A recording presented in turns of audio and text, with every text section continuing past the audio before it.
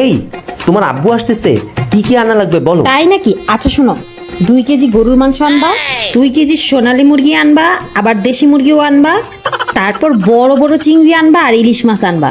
আব্বু তো অনেক মিষ্টি খেতে পছন্দ করে, মিষ্টিও নিয়ে আসবা। ওকে? আর আচ্ছা ফলমূলও নিয়ে এসো কিছু। ওকে ওকে। হ্যাঁ আব্বু শুনতে পারছেন তো, কি কি লাগবে নিয়ে এসেন। হ্যাঁ ওকে, আল্লাহ হাফেজ।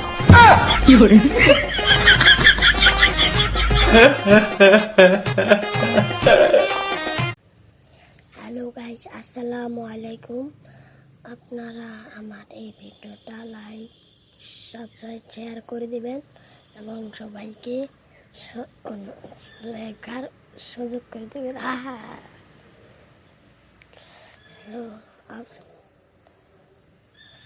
আপনারা এখন রাখি এই নুকে। আসসালাম।